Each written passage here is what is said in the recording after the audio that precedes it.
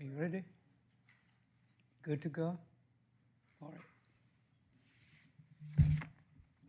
right. I call this February 6th Planning Commission meeting to order. Welcome to the meeting. We have a nice crowd tonight on a not very cold night, but we always appreciate when you come up to give us your comments. I want to first welcome Chris Godfrey, our alternate tonight, to the Planning Commission. We have the minutes for the January 8th Planning Commission meeting. What is the desire of the board? Chairman, I'll make a motion to approve the minutes, the updated minutes that were sent. Second. Motion has been made and properly seconded. All in favor, please raise your right hand. Motion carries. Ellie, can you read the public hearing procedure, please? An individual requesting to be heard on a matter related to the purpose of this hearing must be recognized by the chair before addressing the commission. Upon rising to speak, the speaker must identify himself or herself and furnish a home or business address before proceeding with any comments or remarks. The commission will allow the proponents a total of 10 minutes to speak in support of an application. Opponents will also be allowed 10 minutes to speak in opposition. Comments are first accepted from the applicant, followed by persons speaking in favor, then from those in opposition. Upon conclusion of any opposing comments or presentations, the chair will allow the applicant to offer rebuttal if any time is remaining in the allotted 10 minutes. And the chair always has discretion to give additional time. Thank you. Thank you. Ellie. Out of the 5 items we had on the agenda, 1 has been withdrawn and 3 have been deferred.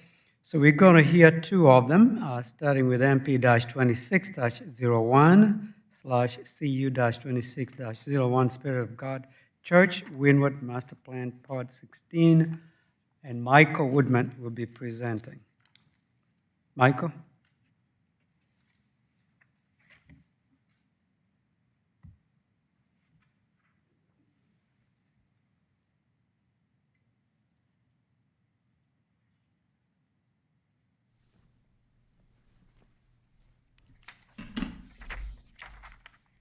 Thank you, Chairman and Commissioners. The first item before you this evening is a request for master plan amendment and conditional use to operate a church in an existing 18,207 square foot office industrial building. A master plan amendment is requested to the Windward Master Plan Pod 16 to add church synagogue as a conditional use, and a conditional use is requested to allow Spirit of God to operate a church on the subject property. And I have the location map on the overhead. This property is located at 145 Noble Court. This property is 1.62 acres. It's zoned CUP, Community Unit Plan. And there's a 2-story building that was developed on the property in 2000, and it was developed as office industrial space. The comprehensive land use plan designation of the property is corporate office. Show you an aerial and a street view. So this is Noble Court coming off of Alderman. The property is here at the end cul-de-sac on Noble Court. This is a view of the building from the cul-de-sac. This is a view of the side of the building, the main entrance on the west side of the building. This is on the south end of the building, and this is also on the south end of the building. The east side of the building, there's an existing loading dock. And then this is leaving the site heading towards the cul-de-sac at Noble Court. As I mentioned, this is part of the Windward Master Plan. That master plan was approved in 1980 with a substantial update in 1993. Windward is a 3,000 plus acre planned community. Pod 16 within the Windward Master Plan is 19 acres, and it has a land use designation of business center, which allows office, research and development, and light industrial uses. We've had several master plan amendments in the Windward Master Plan over the years, and there are notably 2 master plan amendments that were approved on pods 56 and 66, and those were for a same use for a church. Those were approved one was approved in 2006 and one was approved in 2007. As it relates to the applicant's request, Spirit of God Church is a non-denominational Christian church with a congregation of approximately 200 members. According to the applicant, about 60% attend services virtually. The church is currently holding worship services at the Doubletree Hotel in Roswell. The applicant's intent at this location is to occupy approximately 2,000 square feet of the 18,000 square foot business, and then they would lease the remaining 16,000 square feet to an office industrial user. Applicant proposes an assembly area with a maximum seating capacity of 128 seats. And the church would operate on Sundays from 9 a.m. to 3 p.m. with one worship service at 10 a.m. Church hours on the weekdays would be 9 a.m. to 9 p.m., so they would have some professional office space in the building as well for the church. And the church staff would be approximately 5 to 10 employees. The applicant states that their intent with the property improvements would be to complete interior renovations to the building for the worship center and fellowship hall, restripe the parking lot, and upgrades to the landscaping. The city's Unified Development Code requires one parking space for each 2 seats in a church, in the assembly area of a church. So for a 128-seat church, 64 parking spaces would be required, and that is the number of parking spaces that are developed on the property. There are 64 parking spaces.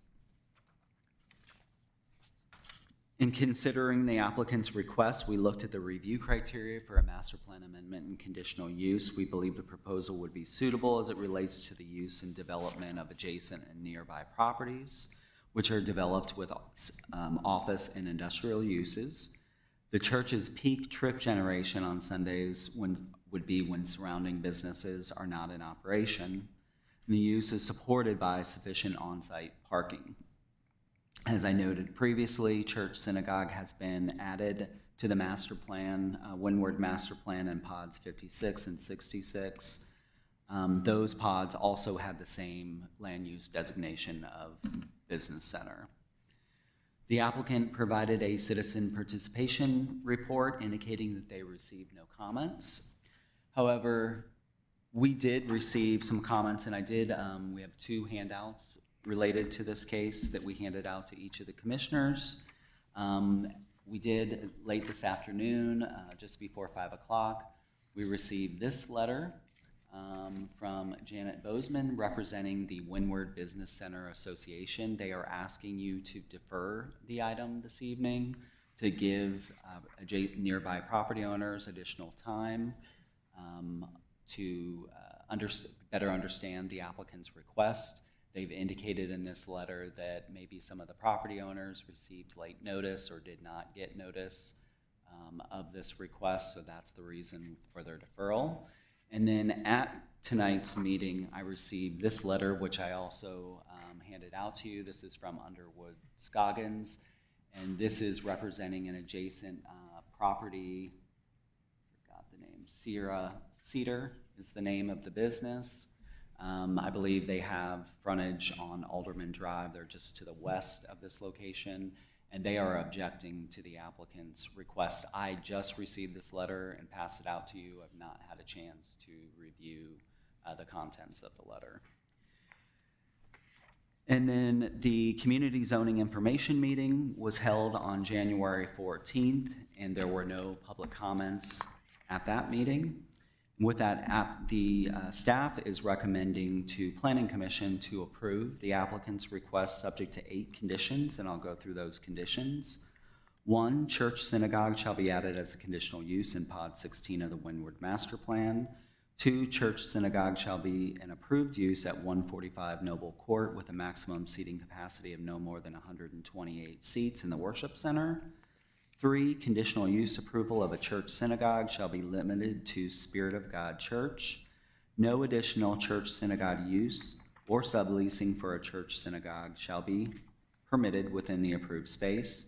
Up to 16,000 square feet of the building may be leased to a professional office or industrial user. Condition 4, church synagogue shall be limited to worship services, professional offices, and other church group meetings outside of Sunday services. Condition 5 are the hours of operation.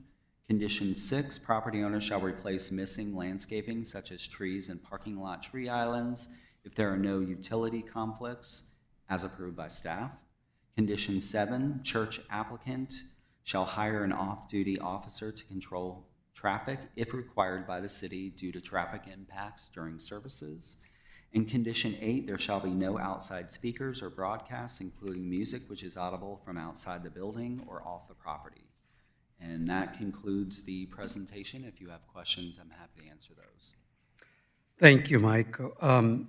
Couple of things. The letter that you put, actually two of them, you received them today?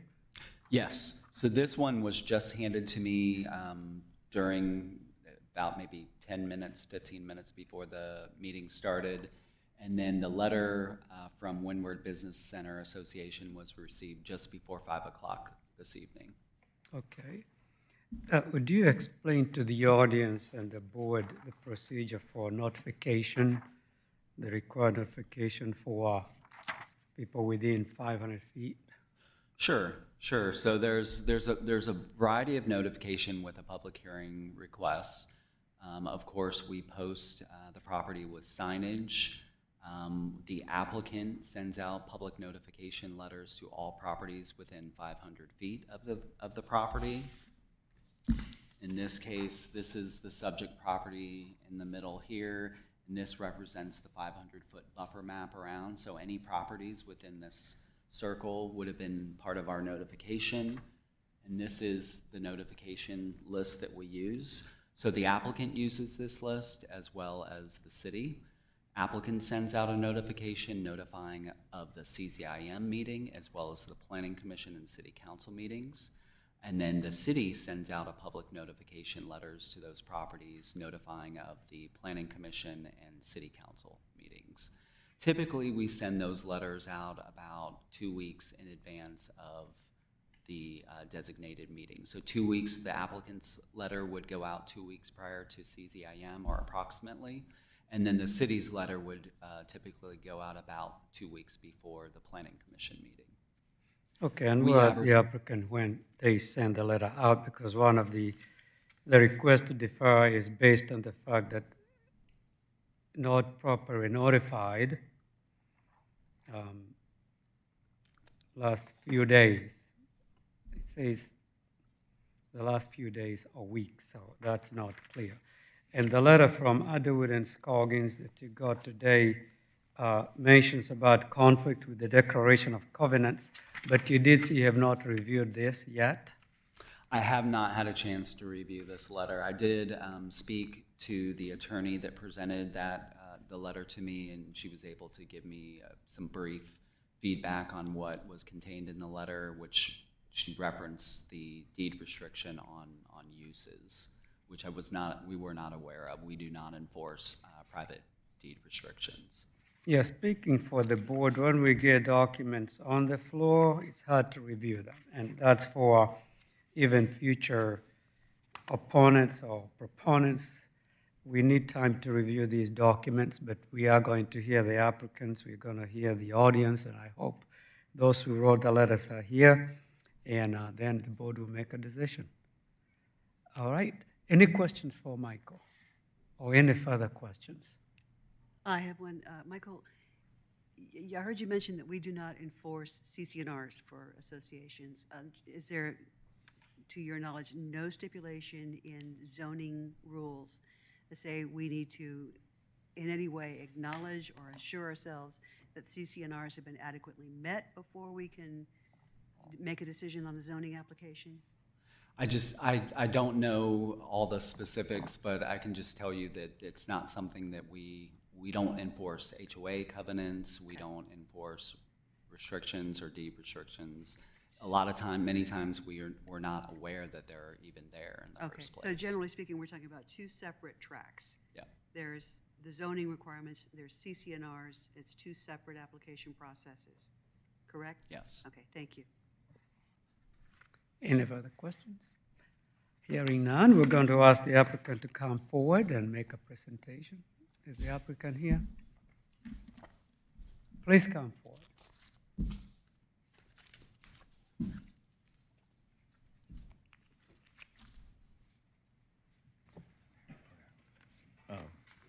Good evening.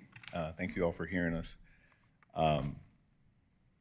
We're just, Can you we've state been your in. name, please? Oh, I'm sorry, Name and Randall address. Knighton, for Spirit of God Christian Church, pastor of Spirit of God Christian Church.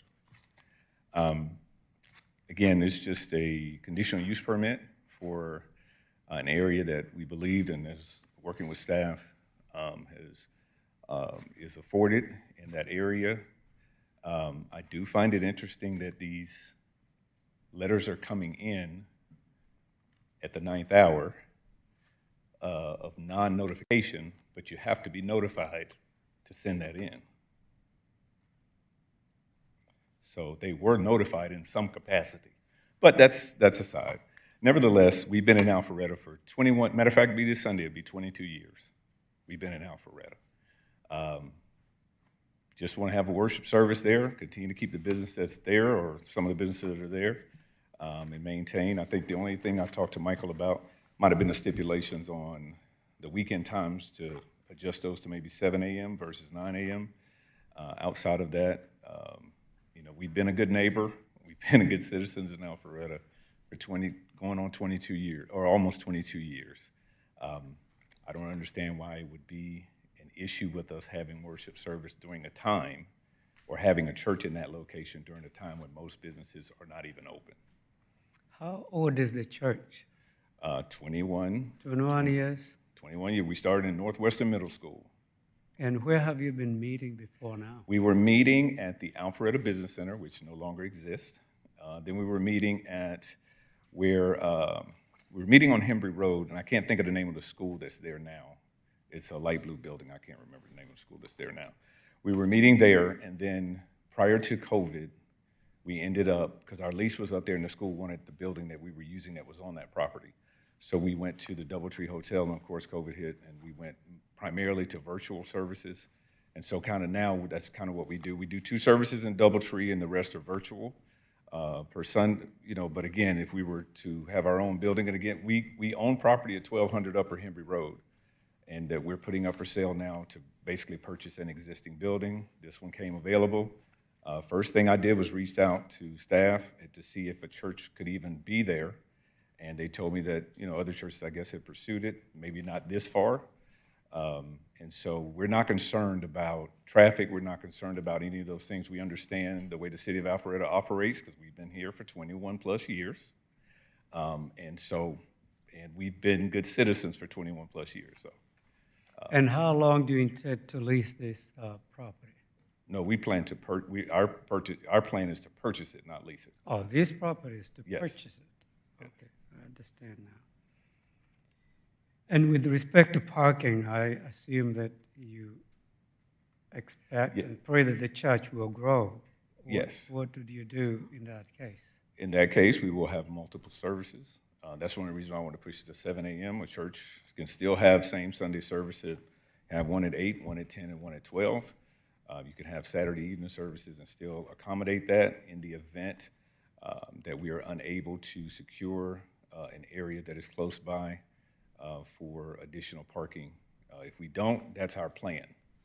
So I've had some off-the-record comments, which I really don't want to put on the record about that, but in the event that we were allowed to, we might have a parking solution for growth. But that's a conversation that we can't have until we have the building, if that makes sense. Understood. Any other questions for the applicant? You said you were going to buy the building, the entire building? Yes, that's our plan, yes. Okay. Pastor, churches very often will have special occasions, holidays, weddings, funerals, special events.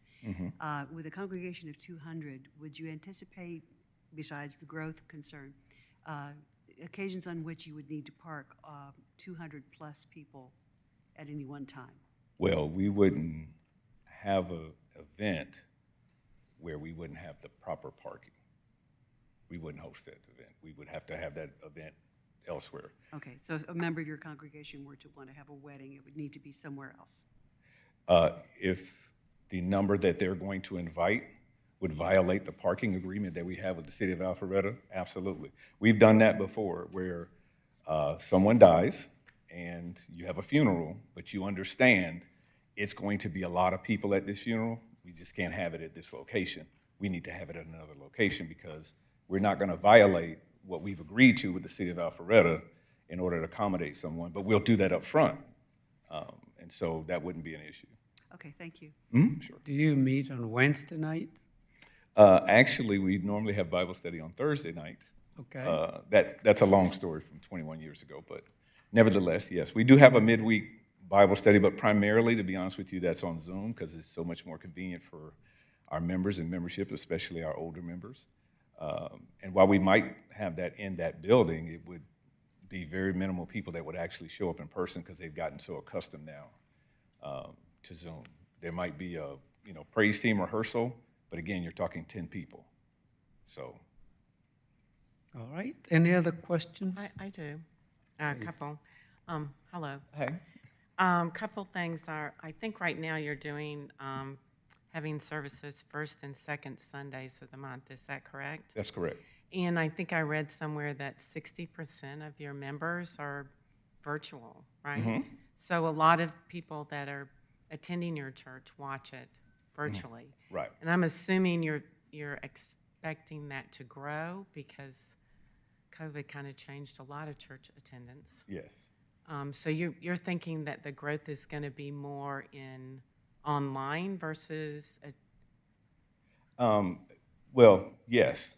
I think even if there's growth in person, then I think that growth will have doubled online because you're going to get now, the reality of church is you get more people online across the world than you will get in person at a location. In the event that we grow beyond what our seating capacity is under these conditions, we'll very simply go to 2 services and we'll go to 3 services or we'll make ourselves more available. That's not a problem. And then, of course, we're going to live stream the service that we're having. So a lot of people, take, for instance, these last 2 Sundays, we obviously did not have worship because of winter weather, but we had worship online. So a lot of times then you get summer, you get traveling. One of the things that I've learned, and I just mean this as honestly as I can, when you're pastoring in Alpharetta, it's just different because people go on vacations and they go for a while.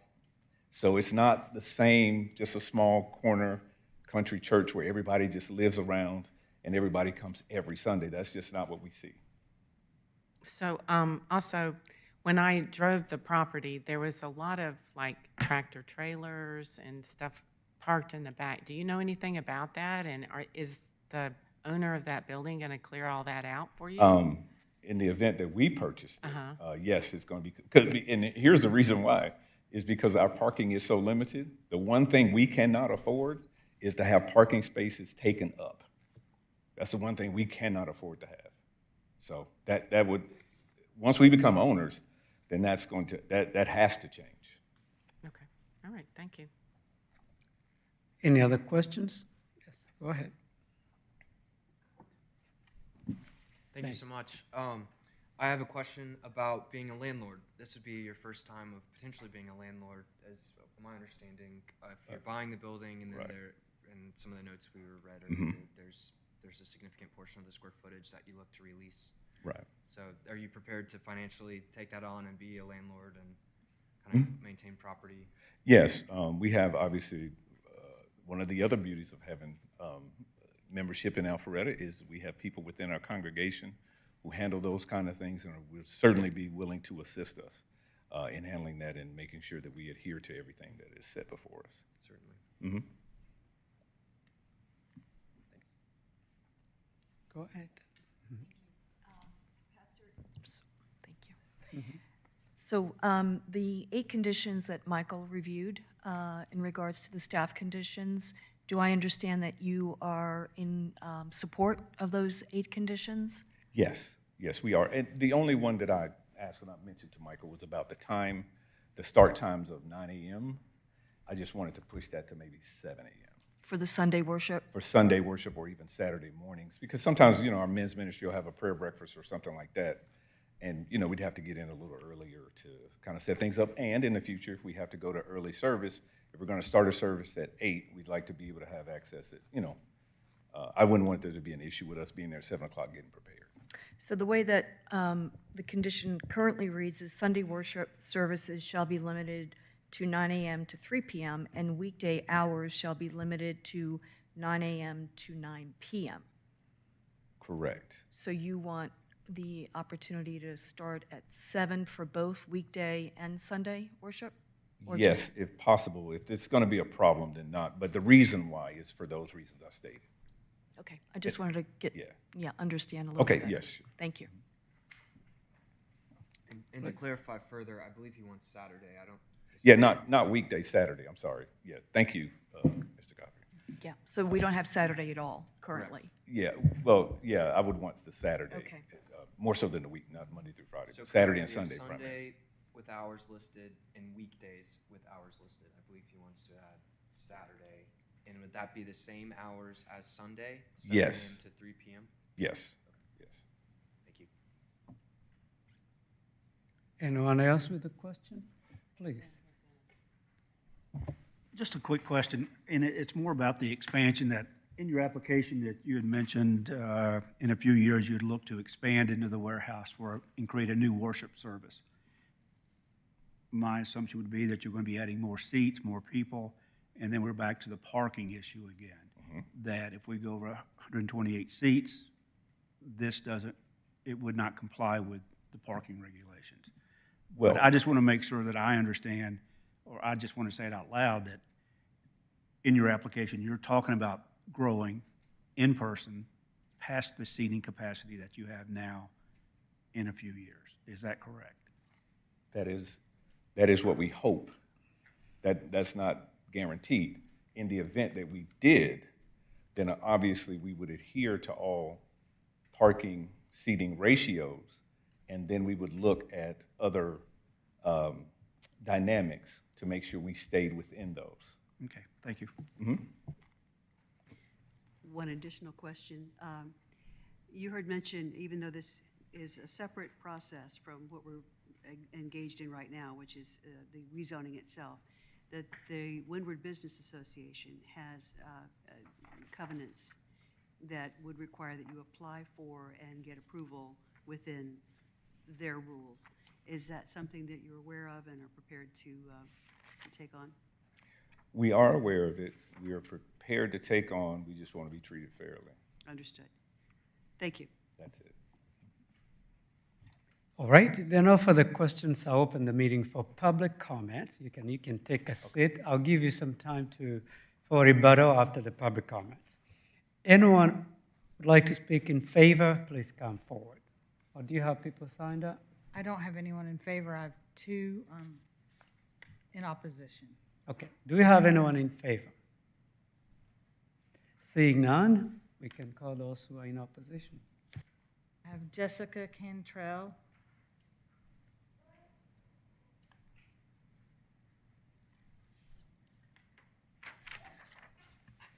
Hi, good evening. My name is Jessica Cantrell. I'm an attorney with Underwood Scoggins.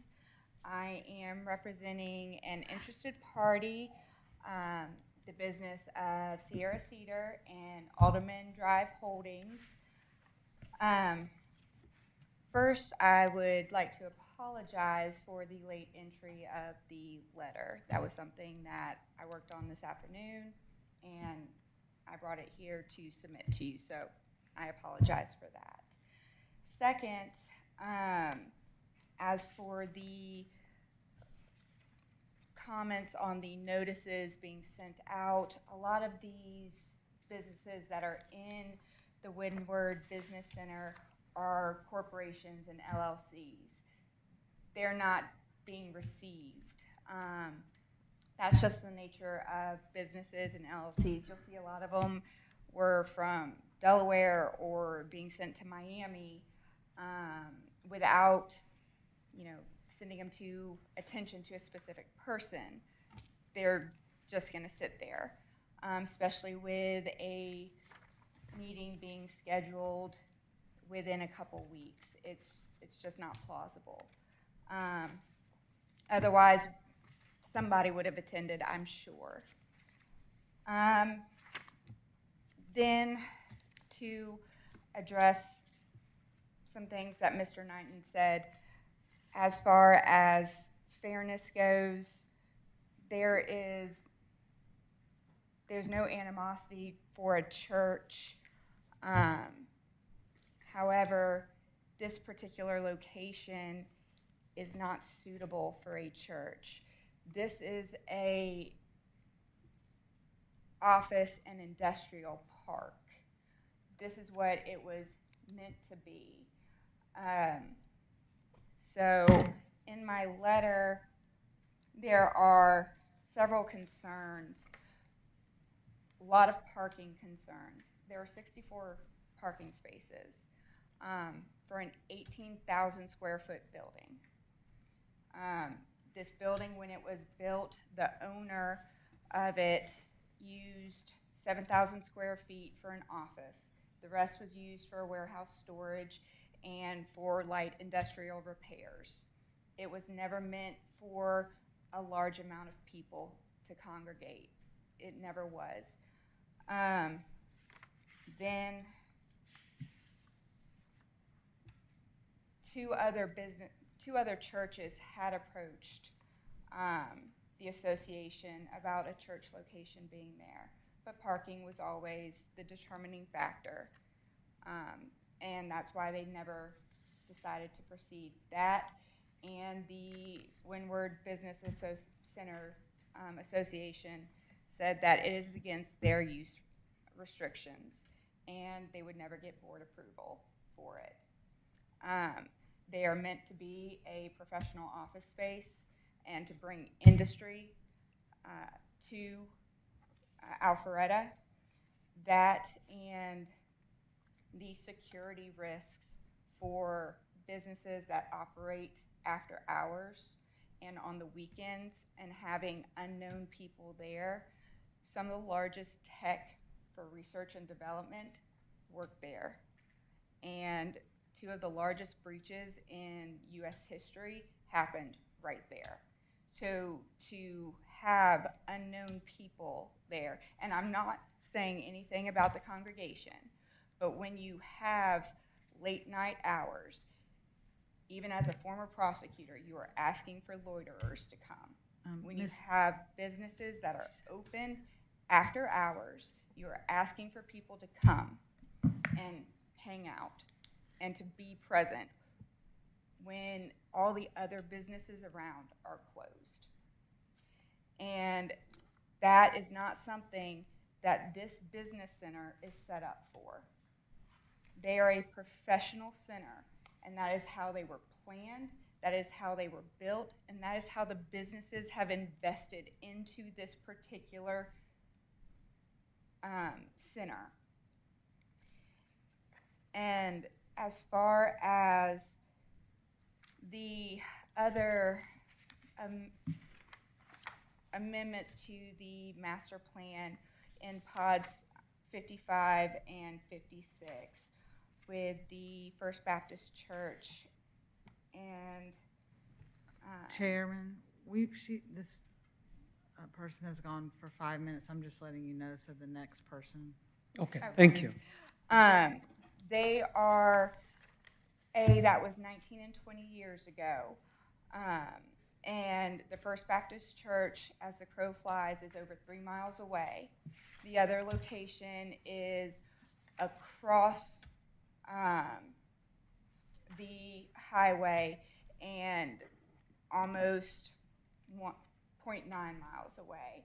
It is not relevant to the internal Windward Business Center and shouldn't be considered for this application. Thank you. Thank you for your comments. Second person.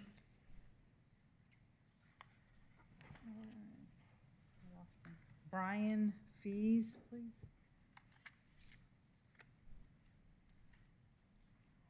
Good evening. Good My name evening. is Brian Fees. I reside at 3695 Schooner Ridge in Alpharetta as well. It's part of the Windward Master Plan. I've lived here for 26 years. I also am 50% owner of the business at 1255 Alderman Drive. We have invested heavily in this location. We employ just under 500 people, and we have a business that's highly concentrated in data. And more specifically, we house information on, I'm not going to say in a public meeting, but let me just say millions of higher ed students and graduates in the United States. We work primarily with R1 universities. We work with healthcare agencies, and we work with state and local governments throughout the United States. We have invested in the Windward complex. We moved from 1720 Windward Concourse, which was just outside the complex, when there was a data breach and a mortgage processor in our building lost large amounts of data when the burglars came into the building and removed their servers. We moved into Windward. We put in heavy security. We were approached by each of the prior applicants or parties that were wanting to purchase this building as a church. We had discussions with them. We were favorably disposed to having a church. We thought it was a good thing for the community. We're not adverse to a church.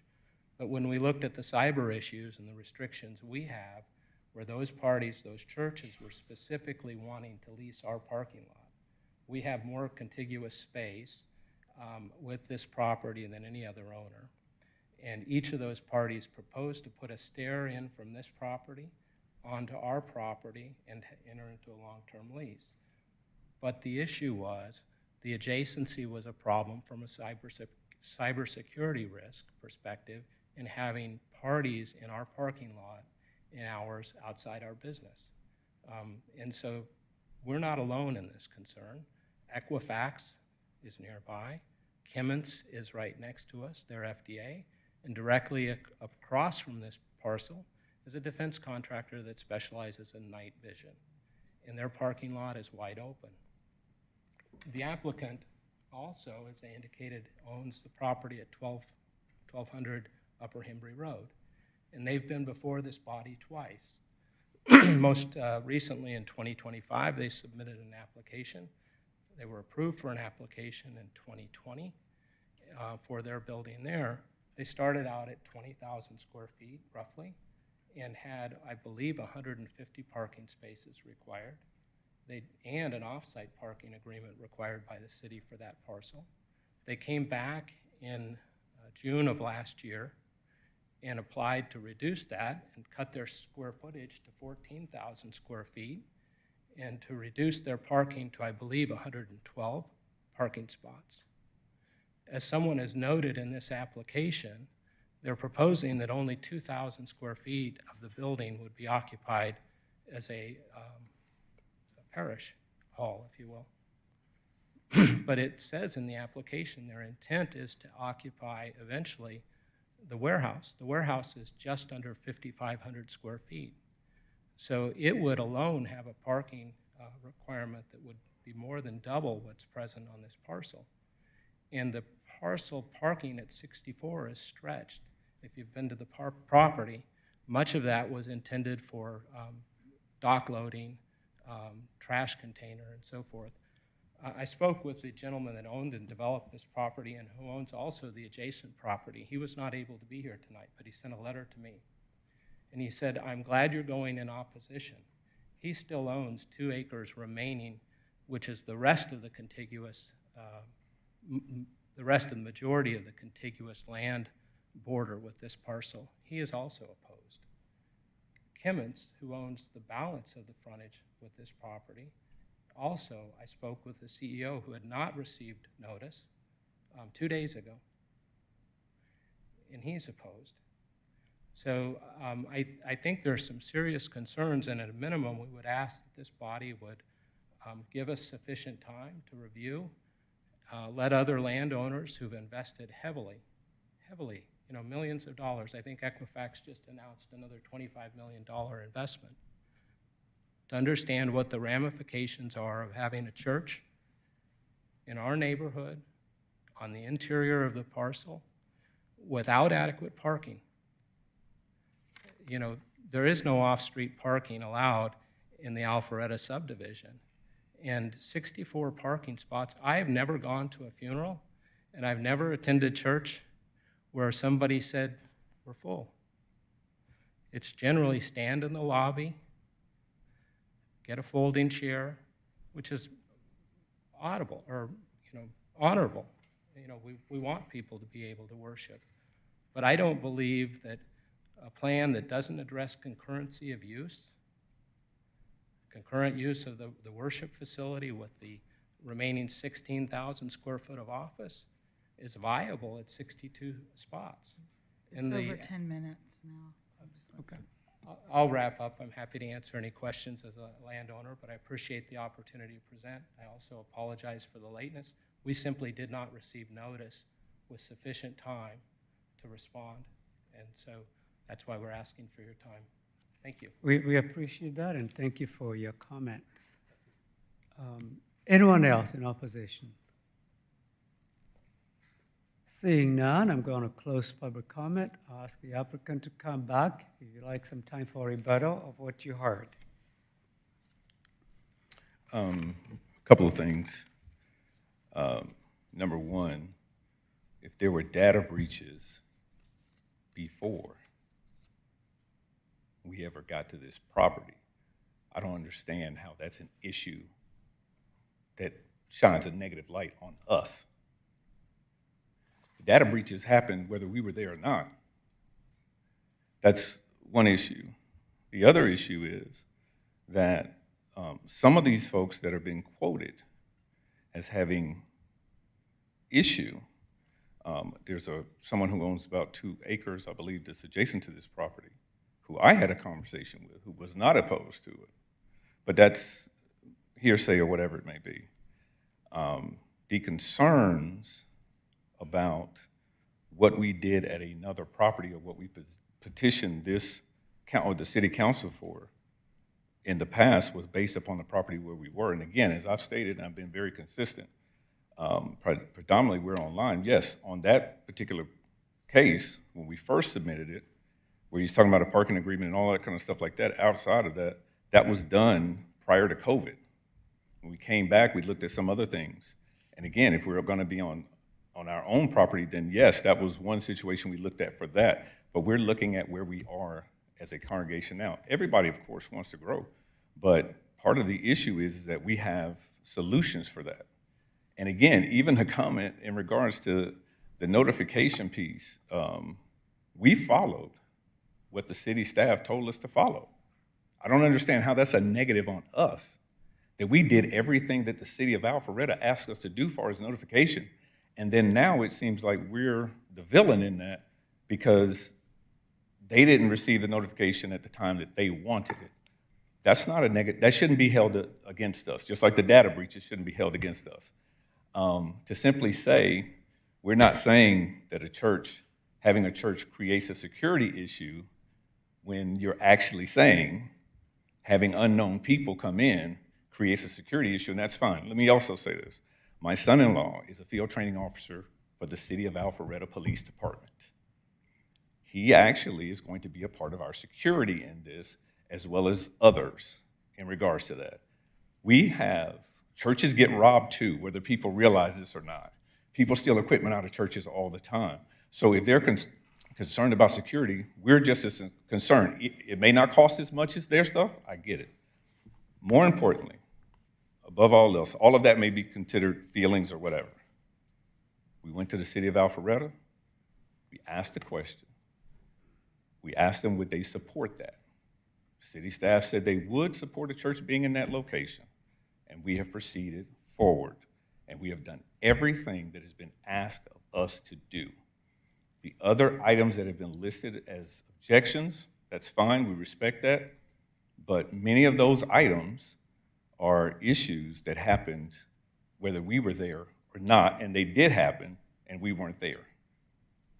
I just feel like that's fake. And again, about being treated fairly, again, that's, nevertheless. I have a question for you, and yes, sir. It's reasonable. Everybody. I mean, we hear everybody, and if there was time allowed for you to talk to them, those who want to have a better consideration, understanding of the exposure or potential impacts to their businesses, would you be open to that? I absolutely would be open to it under the condition that they're going to be genuinely open to receiving us. Because what I've heard tonight is they just don't want us there, and that's fine. You can have that right. And you're talking about an entity that's going to be there a few hours a week primarily. And the reason I ask this, it's not unreasonable for people to expect to have good relationships with their neighbors. And Yes. anytime you have, and I'm not suggesting that that's what we are going to do. I'm basically asking you a leading question, whether that would be beneficial for that attempt to be made to discuss this with them so they can be more comfortable and start off on the right foot.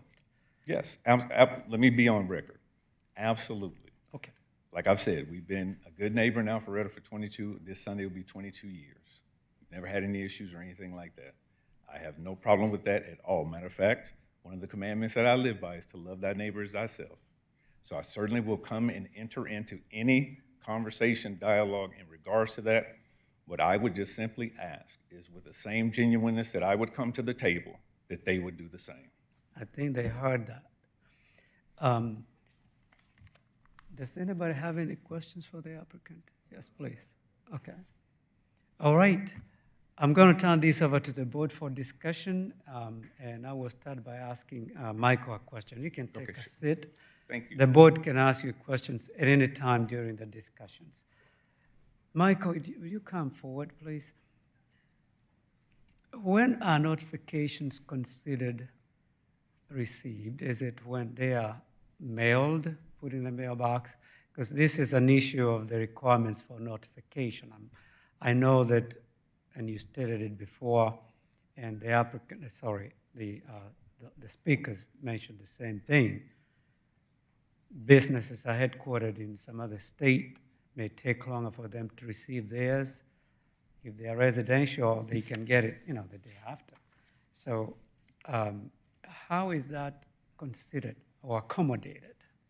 Well, I mean, once we postmark the letter and the postmaster or whoever is picking it up, and it's left we're assumed that it's been sent out to the proper location at that time. And I understand people could be out of town, they could be living somewhere else, so Sure. you can't accommodate everybody. Sure.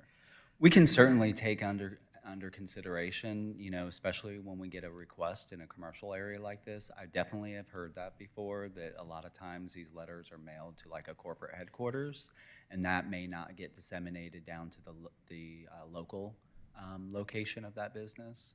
So we can certainly look at our notification when we send that out, and maybe send that out a little bit sooner.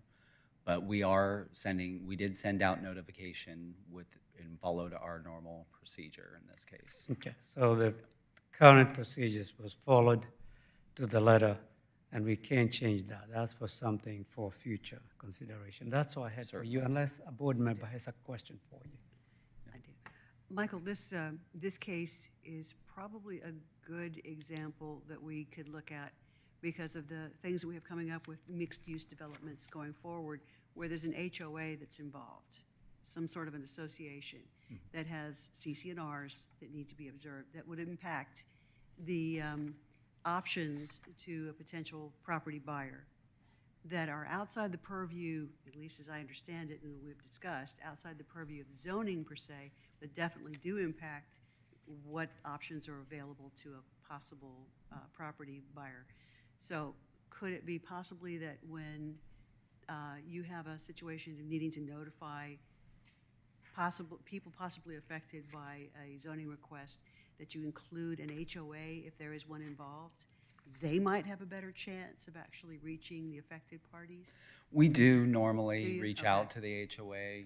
We'll include them on the public notification. In this case, We should have sent an extra letter to the Windward Business Center Association. I honestly, it slipped my mind. It doesn't come up on the mailing list when you create the 500-foot map in that case, but I should have remembered to at least include them. Oh, you had nothing else on your mind? So, okay, that would be then probably a good note to make just going forward, again, because of all the mixed uses that we have. And just to confirm again, because I know we said this before, when there are matters having to do with zoning, then there's matters having to do with CCNR. Yep. And it would probably help us all to get a legal confirmation that this body does not consider whether it complies with the CCNRs as part of its criteria, correct? Correct. Okay. Thank you. Yep.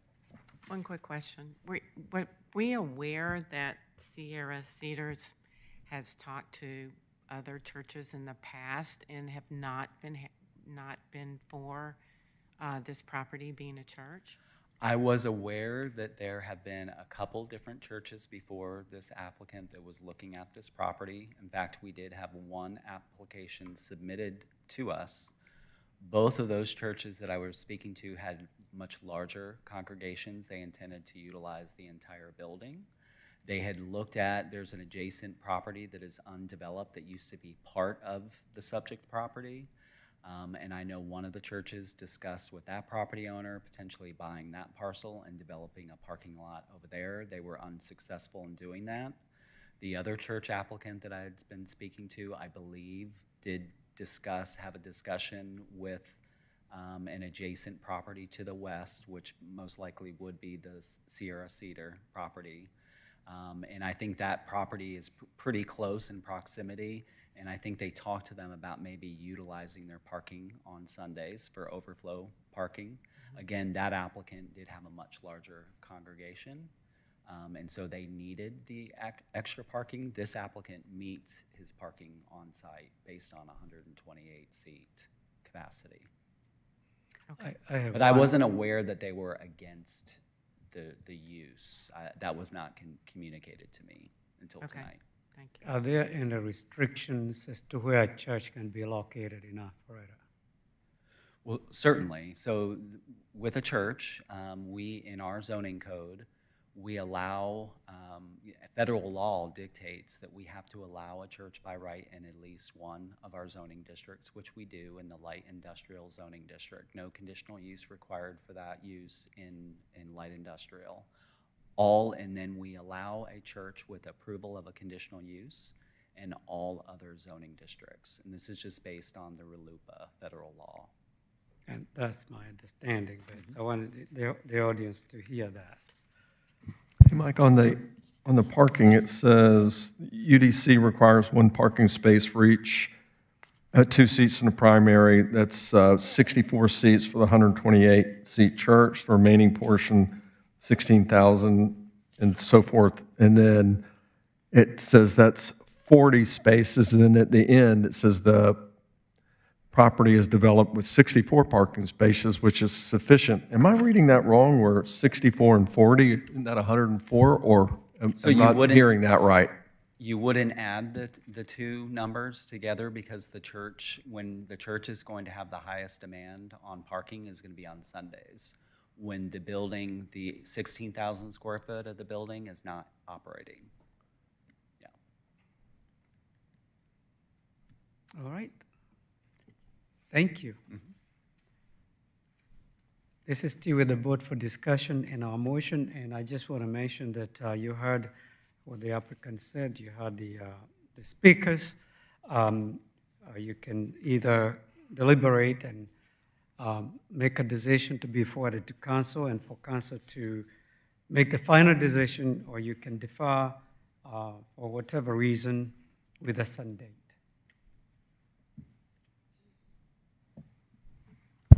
Well, go ahead, William, if you would like to. I would just maybe make a recommendation to possibly defer this so that the applicant and the parties can have a discussion and see if we can come with some kind of agreement. I do think that there are some things particularly for this particular area that maybe there is something to be concerned about, but I think that that warrants a really good conversation between the two parties to see if there can be some kind of agreement. That would be my thoughts at the moment. Commissioner Reynolds, I concur with that, and that is that there seems like there's a lot of moving parts, and I don't know what the exact validity of these letters are that were recently given to us, but there are some things that seem like they do need to be addressed, and if there is a recommendation for deferral, that may be best for both parties. Yeah, I would like to add that, frankly, I don't think, I think the issue would be the same regardless of what tenant or what possible buyer would be interested in that particular property. It could be like a small distributorship with different parties coming and going at odd hours, which would introduce more unknown players. Just because it's a church, it could be the same as any other business. It could be in that building doing business with people that you don't have certified, registered, whatever, and know who they are. A data center obviously has some unique security requirements, totally understand that, and probably faces some challenges in hardening their sites and their security such that you can be more confident in your security. I'm not sure what you do under these circumstances about a building that is unoccupied, that someone could buy, and could have people that you don't know coming and going regardless of who they are. So that might be a discussion that is best had within your Windward Business Association, and you pursue this through the CCNRs. So not only would I agree with deferring to allow the applicant to communicate and interact on concerns with just their application, but also to allow the related business owners to get with the the HOA, and resolve from a CCNR perspective what your process really needs to be to provide you the comfort that you need for your businesses. I think with the applicant telling us he is comfortable taking a little more time to meet and discuss this with the neighbors to make them comfortable, give me some comfort in that I would support a deferral for that very purpose. And I am supportive of this application as it stands now, all things considered. But I think for a decision of this magnitude, if there is any benefit, which I believe there is, with getting with the neighbors and getting to a much better comfortable level, would be prudent to do. I'm not by any means suggesting the board that you do that, but just being as transparent as I can be. Well, with that, I'd like to go ahead and make a motion then to defer MP-26-01/CU-26-01 Spirit of God Church Windward Master Plan Pod 16. When would you like to defer that to? You have to have a certain date. Well, Michael, would you have a March 5th? Second. A motion has been made and properly seconded. Any further discussion? Hearing none, all in favor, please raise your right hand. Motion carries. It's going to be heard the next meeting, which is March 5th. You heard the matters, and you can work with staff, your neighbors. You know what to do, and come back on the 5th. The board will hear it again. Thank you very much. The second item on the agenda is MP-26-02 Lakeview Park, MP Trenton Homes, and Michael is presenting again.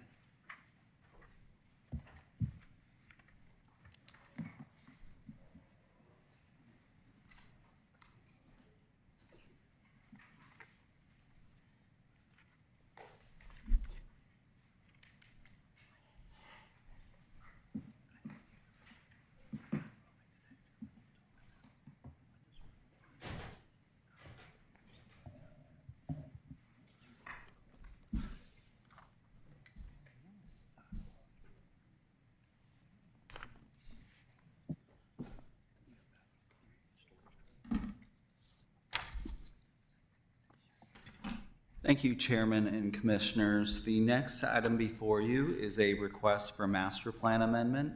The request is to exchange 200,000 square feet of office for 25 for-sale single-family detached homes and 27 for-sale townhomes. This is on a 6.46 acre site in the 62-acre mixed-use development known as Lakeview Park.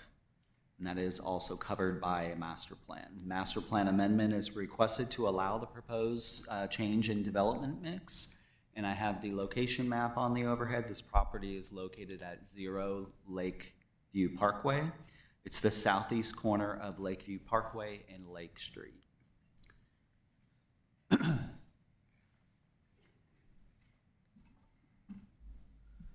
This is an aerial of the site. This is Colonial Pipeline here. The new apartment complex with ground floor retail restaurant is located here, and then you have some townhomes that have begun to be constructed across Lake Street from the subject site. As I mentioned, the mixed-use development is actually a total of just under 63 acres, which encompasses this entire property here and then to the south here below the lake. This is a view of the property from the roundabout looking over into the property. So you can see that it has been, it was cleared and graded with the installation of the infrastructure for this mixed-use development. Property is zoned MU, mixed use. As I mentioned, subject to the Lakeview Park master plan. It is also located in the North Point overlay. The comprehensive land use plan designation of the property is mixed use, which does support the proposed development mix. The Lakeview Park mixed use development is currently approved for just under little over 31,000 square feet of retail restaurant. Currently approved for 315 total residential units. That consists of 255 for rent units and 60 for sale townhomes.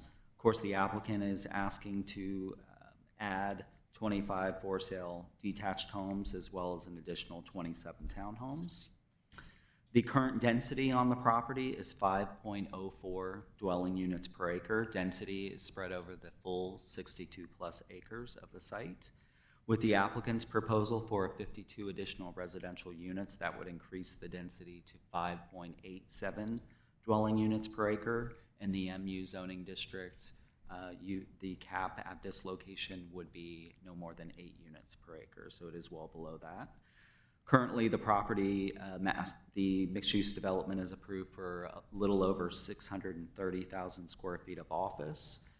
If the request was approved, that would be reduced by 200,000 square feet to just over 430,000 square feet of office. And then the master plan has a little over 32 acres of open space. With the development of the 6-acre site, there is an additional 1.3 acres of open space, so they would actually increase the open space, which they well exceed the minimum required by our code.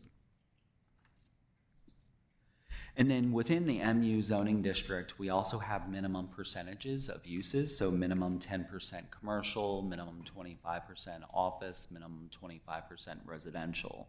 So the applicant did provide a before and after. So the current condition, currently there's 48% office. With the applicant's request, that would reduce the office percentage to 40%. So it's still over the minimum 25%. And then residential is currently at 26%. And with the applicant's proposal, residential would increase to 32% of the mixed-use development. This is the applicant's site plan. Site plan depicts the 25 detached homes oriented to Lake Street. And then the townhomes are located central to the development, as well as 2 townhome buildings along, this is also considered Lake Street. So Lake Street winds all the way around this site. So there's 2 buildings of townhomes on this short section of Lake Street. The townhomes and homes are depicted to be 3 stories. They're approximately 22 foot wide, and they are have rear entry garages. The detached lots have minimum lot width of 32 feet and an average lot size of 31,000 square feet. Units, as you can see, units will have access from a series of alleys within the development. Those will be maintained by the HOA. There's a 35-foot setback along Lake Street and a 65-foot setback along Lakeview Parkway, and 5-foot sidewalks are depicted throughout the development. The UDC parking regulations in North Point Overlay require 105 parking spaces for this community.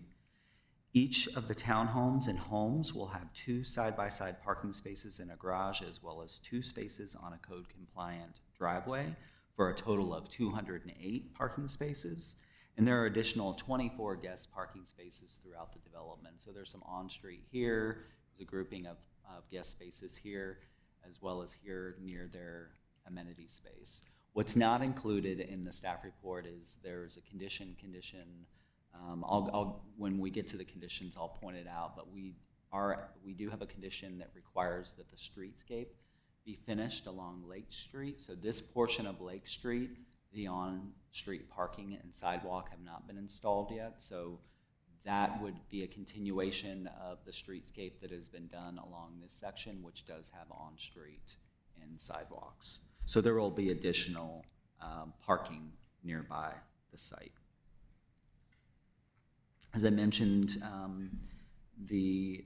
within this almost 6.5 acre property, the applicant is showing 1.3 acres of that to be amenity space for the future residents of this community.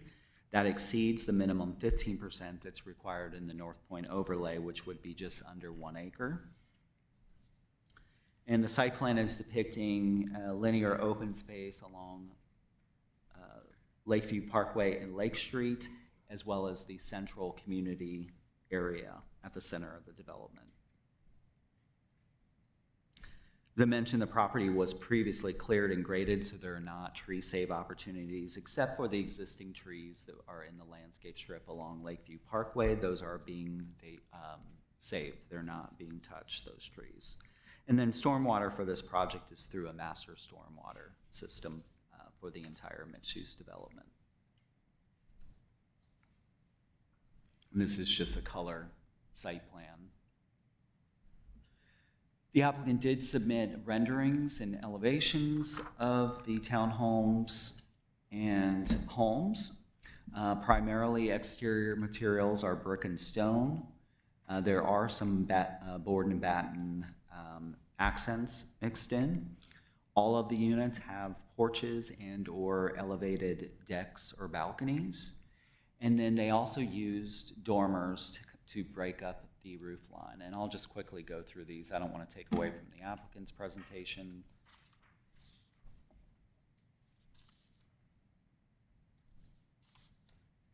These are just some street views of what you would see from Lake Street and Lakeview Parkway as well.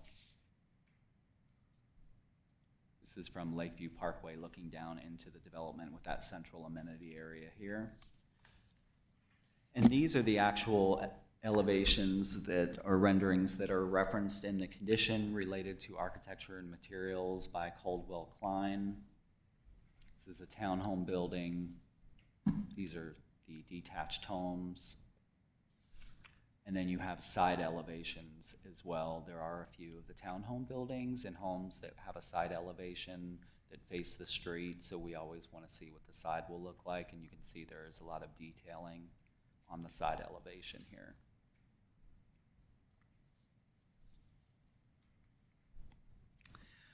With regard to traffic, the proposed residential development would generate approximately 35 a.m. peak hour trips and 41 p.m. peak hour trips.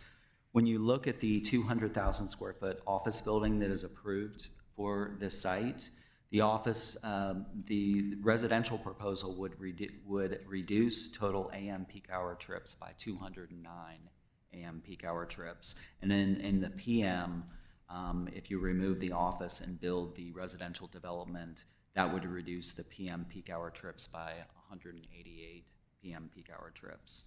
So the office would actually produce 244 AM peak hour trips and 229 PM peak hour trips. So the residential development would result in a lot fewer trips.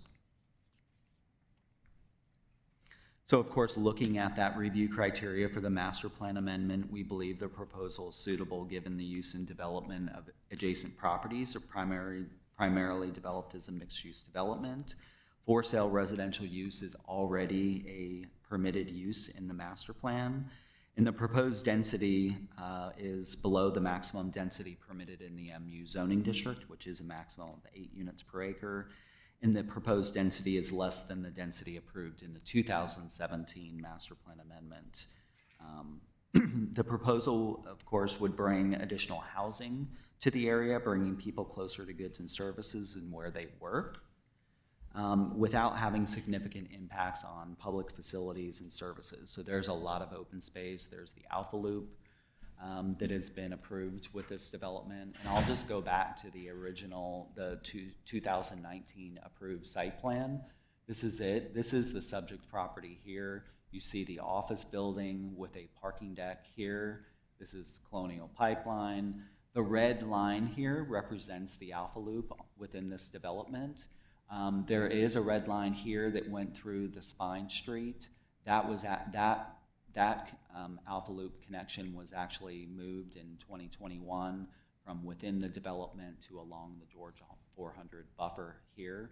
So that's the only thing that's changed on the site plan, is this portion of the Alpha Loop is actually moved into the Georgia 400 buffer. But this portion of the Alpha Loop has been developed and is being currently open and being used.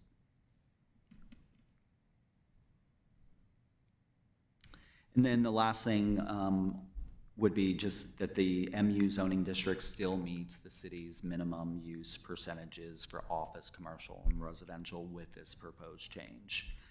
The applicant did provide a citizen participation report indicating that they received some questions at the CZIM meeting, and they detail what those questions were. They had questions about what happens to the office building, will sidewalks remain, was the product a for sale or for rent product, questions about the square footage of the units as well as price points, amenities, timing of the development, and stormwater. And then on the CZIM public sign-in sheets, we did not have any comments left on those sign-in sheets from the CZIM meeting on January 14th. And with that, staff is recommending approval of the applicant's request subject to 17 conditions, and I'll go through those. Condition 1 changes conditions 3A and 3C in the 2019 approval on this property. 3A deals with the office, so that reduces the maximum office from 630,080 square feet to 430,080 square feet. And then in condition 3C, that would amend that condition as it relates to the number of townhomes, so going from 60 to 87, and then adding the 25 single-family detached homes. You can see in that condition, we do have the no more than 10% of the homes in townhomes shall be permitted to be rented as recorded in the development covenants. Condition 2 is a site plan specific condition tying it to the applicant's site plan. I'm just gonna grab that and put that back up.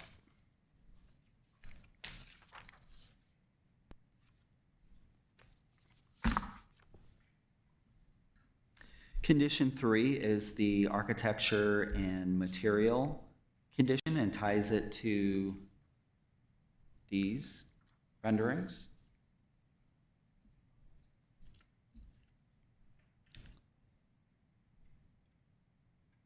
We did add to that condition that the townhomes and homes shall have four-sided architecture, materials, and details as approved by staff. Townhome buildings shall have chimneys on each side, each end of the building, and a minimum 50% of the detached homes shall have chimneys. Condition 4 relates to the side elevations of certain homes and townhomes. So there are certain lots that are called out that match with the applicant's site plan. Those units have sides that directly abut a street, and we have a condition there that those side elevations be heavily landscaped as approved by staff. 5, subdivision shall not be gated. 6 are the eco-district measures. So eco-district measures are already addressed throughout the mixed-use development. We just want to make sure that we get some eco-district measures implemented within this 6.5 acre property. Those are presented at LDP and building permit. Condition 7 deals with the minimum 1.3 acres of open space and ties it to the applicant's plan. There's also a requirement there for a unique eco-district sculpture. So North Point Eco District, we have examples in that North Point creative placemaking plan that the applicant can look at to do a unique eco district sculpture. And there is already a sculpture requirement, a minimum, I believe, of 5 or 6 sculptures within this mixed use, and that would come out of that requirement. Condition 8 requires green stormwater design techniques shall be utilized to address runoff reduction. 9, privacy fences and unfinished wood decks shall not be visible from the right-of-way. 10, townhomes and homes shall have connectivity to the public sidewalk system. Condition 11, developer shall complete the streetscape along the western portion of Lake Street adjacent to the 6.46 acre site, which shall include planter, sidewalk, on-street parking as approved by staff. So that's this section of Lake Street. 12, new internal streets where sidewalk is depicted adjacent to the street shall be developed with a minimum 6-foot planter planted with street trees and a minimum 5-foot sidewalk as approved by staff. Decorative pedestrian lighting shall be required throughout the development. Internal streets and alleys shall be private and maintained by the HOA. Development and street names shall be representative of the North Point Eco District. 13, landscape strips shall be exclusive of utilities and easements, except that if Fulton County requires an unencumbered easement, shrubs shall replace tree requirements on one side of the street. This is just something that's come up a couple years ago with Fulton County wanting unencumbered easements for their water lines. And so we've had similar conditions on other requests as well. Condition 14, developer shall plant bare areas of the 20-foot landscape strip along Lakeview Parkway with trees and shrubs as approved by staff. So that's this landscape strip along Lakeview Parkway here. I think there's a bare area kind of towards closest to the roundabout. Of course, we need to be aware of site visibility issues, so we don't want trees too close to the intersection there that it would obstruct visibility. But filling in some areas, there may be a little bare area on this end as well.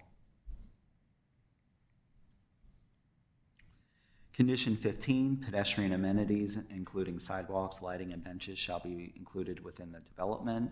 16, cul-de-sac turnaround near the mail kiosk shall meet the turning requirements of a fire apparatus as approved by the fire marshal. 17, developers shall be responsible for the maintenance of the sidewalk along Lakeview Parkway. And that concludes the presentation. If you have questions, I'm happy to answer those. Thank you, Michael, for the presentation. I'll start with, on page 4, where we have the data on schools. Northwestern Middle School and Milton High School have enrollments that exceed capacity. I've asked this question for several years now. Is there a communication between the city or cities and Fulton County schools regarding how the trends look like and whether they need to do expansion of existing schools? Yeah, so we do reach out to Fulton County schools with every public hearing application, and they're aware of the proposals that we're getting back, and they're providing feedback to us. So they do understand that there are developments that are being approved, and so they have that information on the number of residential units so that they can do their planning for capacity at the area schools. Okay, next question. On page 3, there is a statement about stormwater management, master stormwater system. I haven't heard the term master. Does the word master means to cover the entire development? Or what type of stormwater management system is being proposed or would be suitable for this area? So there is a master system that applies to the entire 62-acre mixed use. So master development. means it's covering everything. Yes, it's providing stormwater for the entire 62-acre property. The applicant's engineer is here. Oh, If you don't mind, Okay. I'd rather him respond to that question. He's probably more informed than I am. All right, I will do that. Thank you. Hey, Michael, what's the deal, just on the small thing here, why is the subdivision shall not be gated? Why is that an issue or not? So in the downtown and in North Point, it's in our overlay codes that you can't gate. Otherwise, you have to ask for a variance. Outside of those two areas, outside of North Point and outside of downtown, you do have to include with your request to rezone, council basically has to approve the ability to gate a street. It's not a variance, it just has to come forward to council to approve it. So we do not, this is a mixed-use development, and so we do want all the uses should be working together and it should be an open community. So we just wanted to reinforce that in the condition that it shouldn't be gated. Michael, condition 17, developers shall be responsible for the maintenance of the sidewalk along Lakeview Parkway. Once the developer is done and closes out, did we want to add, does it revert to the HOA? And should we clarify that in the condition? I don't know that, I don't know how this development is set up. We might want to ask the applicant about that. I don't know that the HOA would be necessarily responsible for the maintenance of the sidewalk or how they would deal that. The reason why we put that in there is because what was done with the sidewalk along Lakeview Parkway, there's an existing smaller sidewalk, concrete sidewalk, and what we did is we had the applicant add in pavers kind of in the planter area between the existing sidewalk and the curb of the road along Lakeview Parkway. And it's become a little bit of a maintenance issue. And it doesn't meet what our standard sidewalk section would be. So that's why we added that condition in there. It's my understanding that the applicant was okay with that condition. But I believe that there's I don't know all the specifics of how each property is governed within this, but I believe that there may be a master association that may take that responsibility, but we may want to ask the applicant. Okay, thanks, I'll take it up with them. Michael, can I ask you to put up the site plan from the 2019?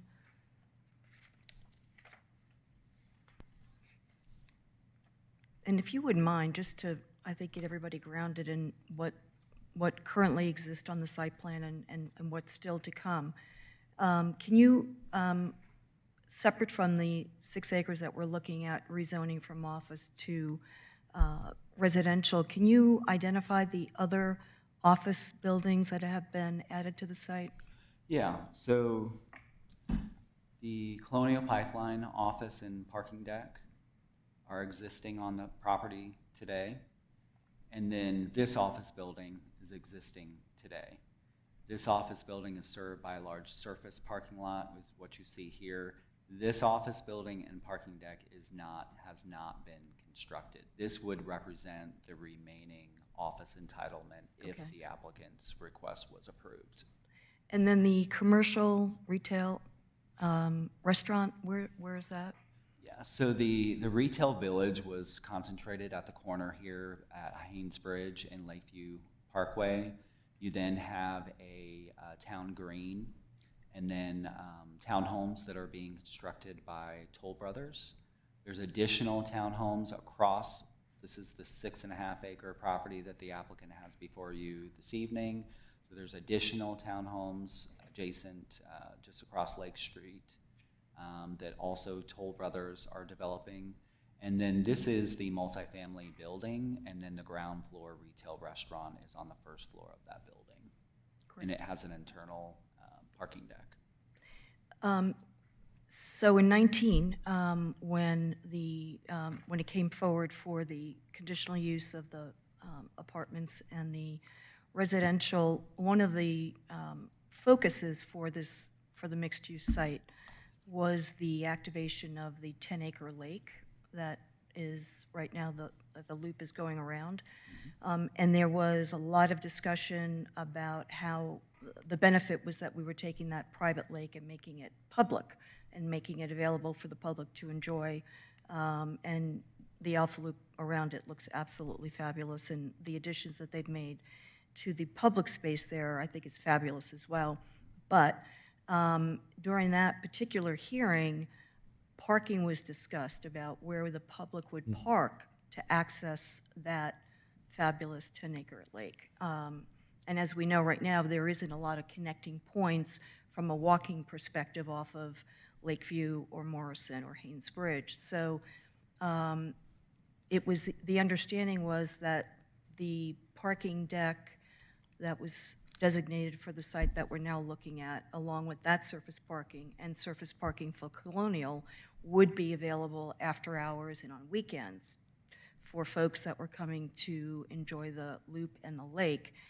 If we take out, obviously, the deck and the surface parking for this 6-acre site, what are we left with in regards to public access and public parking for the Yeah, loop so and the lake? there is on-street public parking existing along Lake Street, so that could be utilized. There will be some additional on-street parking with condition number 11. That would probably get you about another 15 parking spaces along this section of Lake Street. I don't know about the applicant's ability. I believe that this office site here is owned separately by Third and Urban, so I don't know if they have or can make any commitments to any public parking on/off hours at that location, but I'll let the applicant speak to that. But that would be the main available public parking is going to be the on-street parking along Lake Street.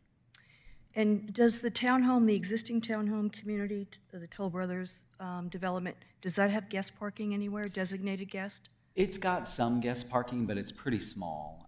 I think I looked at that. I want to say that it was maybe 6 or 7 parking spaces for this grouping of townhomes here.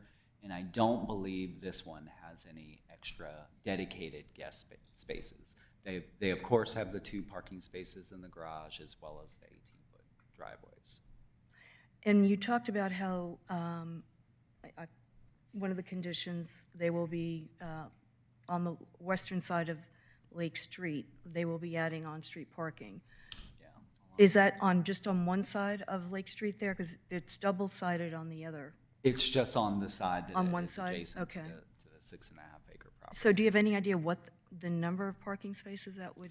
So I just looked, I Roughly? counted the number that were on this section of Lake Street, and it was about, I want to say it was about 15. And this looks slightly longer than this segment, so I felt like at least 15 Minimum. could fit Yeah. in there. Okay, It's approximate number. thank you. Michael, following that question, I wanted to confirm that the parking spaces that we're talking about, the street parking, are not included in the calculation for guest parking that's described on page 3. For each townhome and home will accommodate 2 side-by-side parking spaces in a garage, as well as 2 spaces on the code-compliant driveway for a total of 208 parking spaces. In addition, 24 guest parking spaces are depicted within the development. Is that street parking included in the 24? It is not. Okay. It is not. The 24 are completely within this development. Okay, thank you. Has the section of the Alpha Loop along Georgia 400 been constructed yet? This section here? No, I don't believe so, no. Yeah. And who will construct it? That will be a city project, correct? Yeah. So it will most likely a city project put it out to bid. Be nice if the applicant did it. Okay. Any other questions for Michael?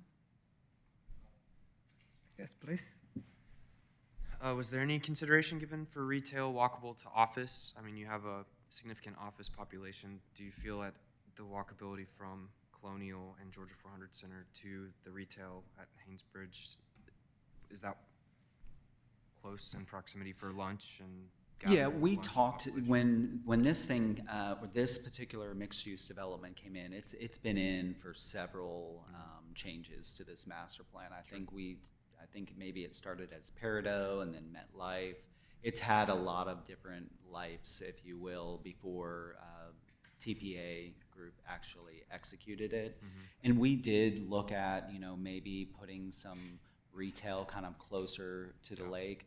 This is the site layout that we ended up with. This is highly walkable. They put in large sidewalks along Lake Street. So yes, the office buildings are kind of concentrated on this west side of the development with the retail at this corner. But we felt like the walkability that has been created within the development, that it would be sufficient for those office users. All right, if there are no further questions, we'll have the applicant come forward and make a presentation.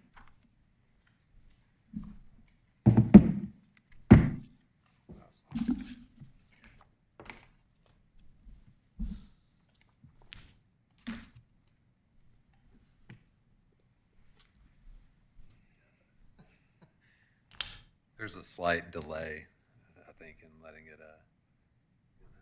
All right, we have it.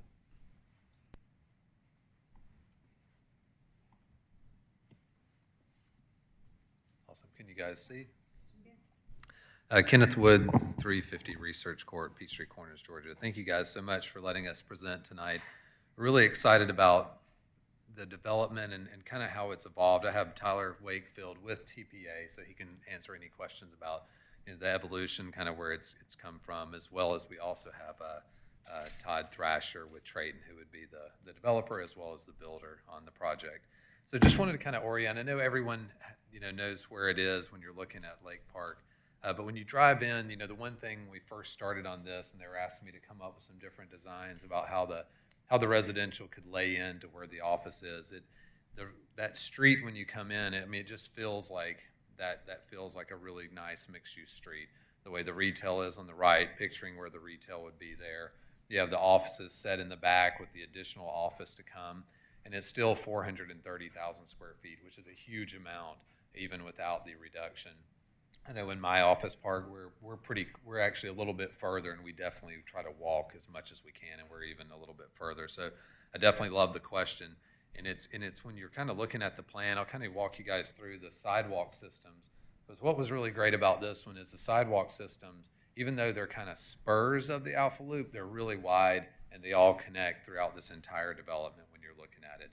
But everything is kind of centered around here, so convenience is so great. Whether you work back toward the city, you work in Alpharetta, you even work north, you can hop on the interstate and get there very quickly. You have a very small commute. And like I said, with what we're looking at doing, we're reducing the traffic by a lot, which was one of the most major concerns during the CZIM and talking to a lot of the neighbors is they were trying to imagine having another 200,000 of office that accesses internally to this smaller road. And I think that's one of the big things. The additional office that's left, and one of the reasons it was decided about this one, that actually accesses up on the main Morrison. And so when you're looking at it and just thinking about Lakeview Parkway, this is kind of that interior road. And so that bigger office would have accessed on this smaller interior road, creating a lot of concerns. When we went out there, one of the things that really popped up about this was almost what you started talking about. The access to the Alpha Loop is amazing. What was done with the lake and the trails around it, and almost kind of like the chicane coming down to it and the way the landscaping is. It just felt really great, and was really one of the emphasis in trying to look at this site for residential. We wanted to look at the history of it, and looking here, we noticed that the office was kind of always designed over toward the townhomes, kind of pushing it closer. That was a 4-story office building, really large, almost 350 feet long, with a large parking deck kind of back over to the side. And as you can see, all that access was on that internal road, which really felt like a mixed-use road and more of a residential mixed-use road with the towns, the retail. You have the Pilates there that's super ongoing right now and very popular. You also have that retail village that could access in kind of both ways out quickly. But really, as you get back further in here, we think this is much more suitable to be the residential. And so then that got us thinking on the design and how we were starting to look forward. And this was kind of a great aerial to show you guys why we felt like that mixed-use road was more residential. You can see Morrison Lake in the background, how the townhomes orient to the site. And I really want to kind of walk through how we landed on this and how we actually love the way we're able to set back even a little bit further, even than some of the residential that's out there now. And this is just kind of a comparison, as Michael mentioned to you guys. We're well within the, the confines of that mixed use, and we're only dropping to about 40. And so the office is still the dominant use within this mixed use because we're only adding 52 homes. The thing that's really unique about this, as TPA got with Trayton, want to build a really high quality residential to add that little bit of extra residential for the walkability and for that retail to come, is the way we can break it out. And so we did that through using a lot of detached. And so there's not a ton, there's a couple of different projects, Upper Hembry, Avalon, kind of going down some of the streets close to here, but there's not a ton of that, kind of really urban, kind of detached. So we wanted to have the blend, not have all townhomes, and that's why you see almost a 50-50 blend between the detached, and we make sure that Lake basically was lined with that detached. One thing to notice is just how far back from the street it is, and I'll kind of show you guys some of the imagery about what we were trying to get across with that. If you're looking at kind of this, I don't know if I can point. Oh, I can. Okay. If you guys can see this, kind of this street here on Lake, this already has a 10-foot sidewalk that's constructed, and so we wanted to orient but also give private room behind it. And that sidewalk actually sits pretty far back behind some parallel parking spaces, and we're even further back behind it. Same thing with the townhomes. You can kind of see on the other side of the street, the townhomes are a little bit closer. This is going to have a little bit more green space set back a little bit further. These will actually be like a 2-3 split, so it'll be like kind of two stories from the road, kind of coming back in here. We also got really great comments from the neighbors. They brought up, they did want to see the traffic the office would generate or how large it was. We talked a lot about price points, so we can talk about that. They did bring up the guest parking. They were talking about how popular the Pilates and some of the places are out there. So went back in our plan, and we're almost parking. They don't have a lot of here. It's rear loaded, so you're seeing the front of the homes, including this green space, 60 feet wide, and it feels really good. We're looking at doing high-end amenities here. We're trying to decide right now whether that's going to be kind of like a customized smaller pool or some type of a pavilion with a fire pit, but a really nice amenity for the residents that would be through here, as well as the green space that we have as you're kind of looking through. So I just want to kind of walk down through a couple of the images. We went out there. These are some of the pictures that really kind of set the place. This is what it looks like today when you're walking out there, and it feels whether you're at the office and you're going to walk for lunch at Colonial or one of the other ones, or you're at one of the residences, it just feels like a great mixed use in the way it's been set up and implemented. These are some of the other pictures that kind of drove the idea to create the single-family detached as well as the others. So these are some of the pictures, and the homes don't represent exactly the sketches we have from the architect or those, but these I want to just kind of illustrate how much green space we're trying to have on those sides and in that front. That's what it really represents is, we're not right up on the road. We want to have a little bit more green space to that wider sidewalk. So we're really trying to have that as you set in. This is kind of a look, trying to look down from that road back in toward that green space. That way you can see the townhomes kind of set back, and that's internal where it would sit down. Same thing view here, whether that's that pavilion or the pool area, you're kind of looking around, and that way we have the really nice landscaping up on the front that's here. As Michael indicated, here are the townhome elevations that we have, as well as the detached elevations that we have. A couple other points I just wanted to bring up. We looked at the master hydrology study. The CN, the curb number that's slated for that office, was all the way up to a 92. That's about as close to fully paved as you can get for a site. We're right around a 78 about what we're proposing, maybe even 75. So it's already designed at a 92, so we're well under that, and we will be doing green infrastructure measures. And so stormwater will be something that we take very seriously on the site as well, that we're looking at too. And like I mentioned, just trying to beef up that parking and getting that ratio, because we do have a good bit of detached, 25 to 27 on the site and the way we were looking at it. So wanted to make sure I mentioned that as well. The sidewalk maintenance, I heard that kind of come up. That would be the HOA because the sidewalk would be just inside, but it is in cooperation with the master HOA, and so they work together. That's how they currently do it today. So I wanted to make sure I do that. And with that, I can answer any questions or leave any amount of time for rebuttal. I'll start with the stormwater facility. What type are you proposing? So So stormwater for this site was designed in the lake for detention only. And so there's a large pipe that actually comes right here and is stubbed to this development to tie into. So the overbank and the stormwater detention is designed in the lake, and that's that 92. It was designed at a much higher impervious, and we're at a much lower, so we're going to reduce that. But on our site, through these green space areas, we're looking at draining off of here into a bio area. We also have another little bio area here. We were looking at having the island invert. We're seeing a lot of that you can kind of invert the island and have the water quality infiltration. And then up along the front here, we have different places where we have bioswales. So as far as the Eco Park, beside the sculpture, we also have the green infrastructure that we're tapping into as well. When is the expected construction period?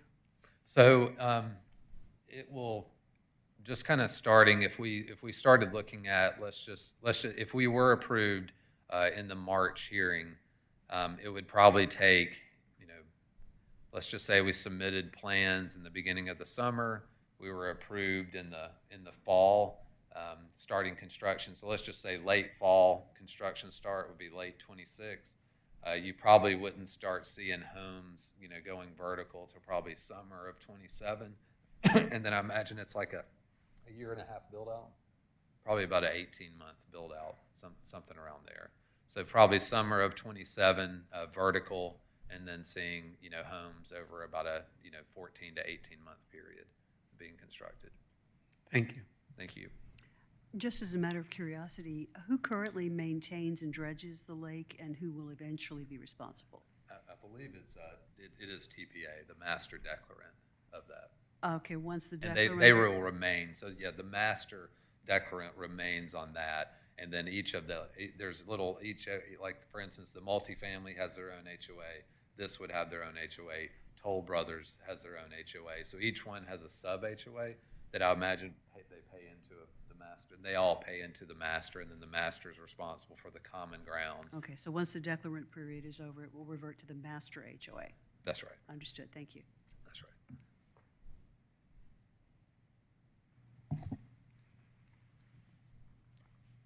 Okay, I guess I'll go. Just to follow up on the conversation I was having with Mr. Woodman in regards to parking for Alpha Loop visitors. Absolutely. Can you address that, or? We can. So what we've been talking about is you have some of the existing here, but once we start adding in all the way around this corner, it might even be more. I mean, 15, 18 type spaces that were there. And so what we were talking about earlier, I was actually at a meeting earlier, and we started talking about this subject, is trying to designate, because that's going to be a lot of extra spaces.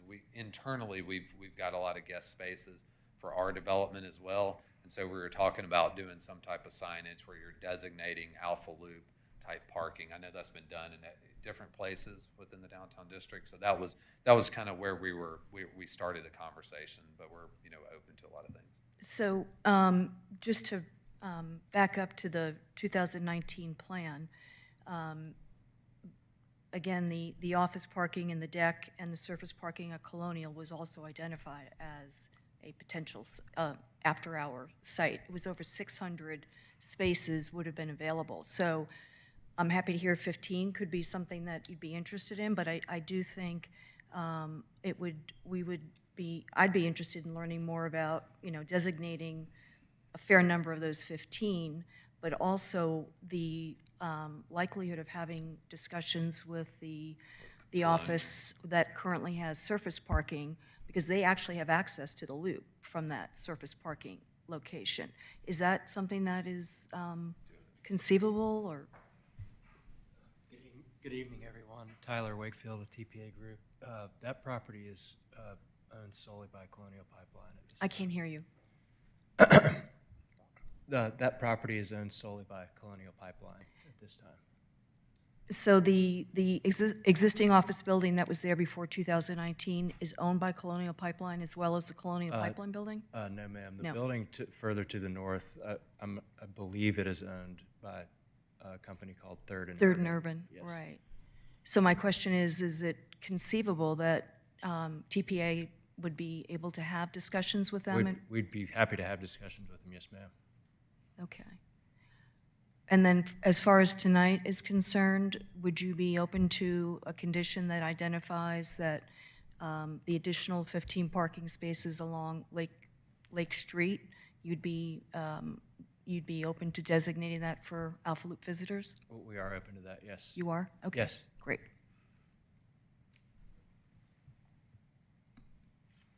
Any further questions for the applicant? I hear no further questions, so I'm going to open this for public comments. And then after the words, you can have some time for rebuttal. Anybody in favor of the application, please come forward. Seeing none, anyone in opposition? No one in favor, no one in opposition. You have anything else you'd like to add before I turn this over to the board? No, it just sounds to be, for the condition to be included about the parking, so that would be number 18. You want, okay, add a new condition, number 18. That was my question. Okay. Is there a condition that it would tag along with, or would it just be an additional condition? I think the existing condition number 11 speaks to the on-street parking on Lake Street. So I think we can tag on a sentence there for that. Gotcha. Okay. Okay. Can I ask the home builder to come forward? Because I do have a couple of questions. Absolutely. Yep.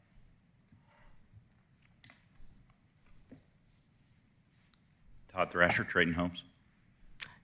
Hi, how are you? I'm good. Thank you for being here. Yes, ma'am. Curious, have you done single-family homes in Alpharetta before? We have. It's been a while, but we have. It's been several years. Okay. I wasn't with the company when we did. But I have personally developed to sell single-family homes in Alpharetta. And townhomes as well? I'm sorry? You've also done townhome communities in Alpharetta as well? I would have to check with the team because again, I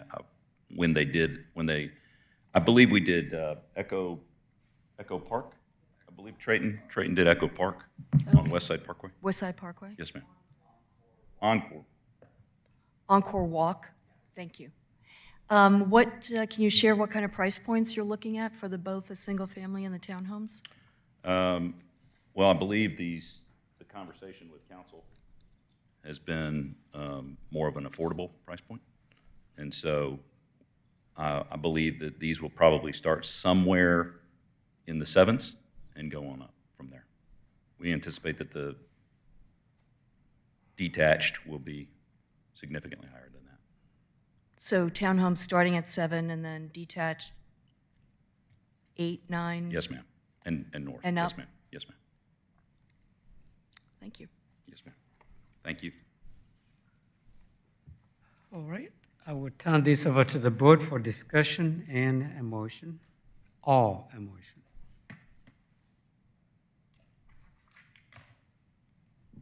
Make a motion, but what, did you want to add a number 17?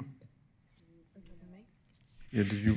I think what we had discussed was that existing condition 11 would be the appropriate spot to add a sentence that identifies their willingness to designate 15 Alpha Loop visitor spots on Lake Street. It references on-street parking. Yep. So we build out that sentence. Right. Of dedicating 15 on-street parking spots.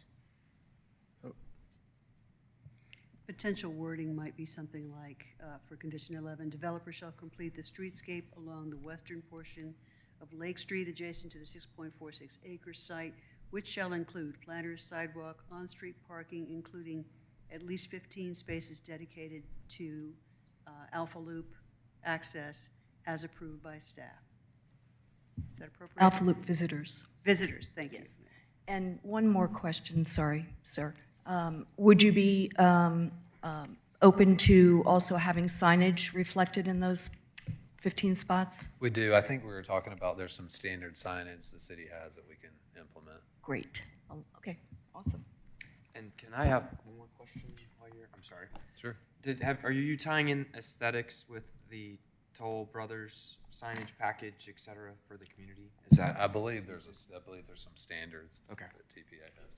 We do have a signage standard, and we'd like the opportunity to advertise the right language, but with our font and colors, if that would be acceptable. Okay, thanks. Only one comment I would make on the space count is if we could just allow the time to make sure we can fit the number of space. We'll Yeah, fit as if many you as, have working we'll with fit as many staff. as we can. It's just, I want to, 15, That's right. I think is workable. I just wanted to mention that.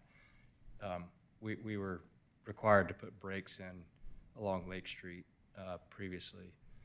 And so if we have brakes, that could dwindle the number some, but we're open to densifying that as much as we can. And I think as long as we have as approved by staff, we're Okay.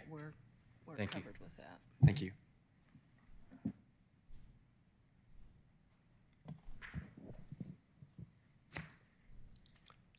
Anyone wants to make a motion? Mr. Chairman, I'll make a motion to approve MP-26-02 Trayton Homes / Lakeview Park MP, subject to the following conditions as noted by staff. And number 11, developer shall complete the streetscape along the western portion of Lake Street adjacent to the 6.46 acre site, which shall include planter, sidewalk, on-street parking as approved by staff, including 15 spaces with Alpha Loop access and appropriate signage.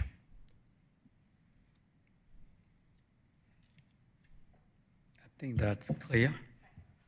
Motion has been made and properly seconded. Any further discussions? Hearing none, all in favor, please raise your right hand.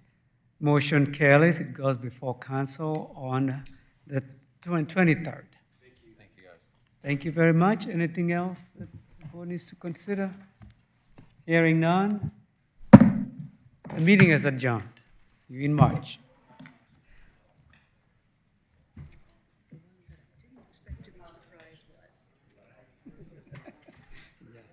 I think it was important.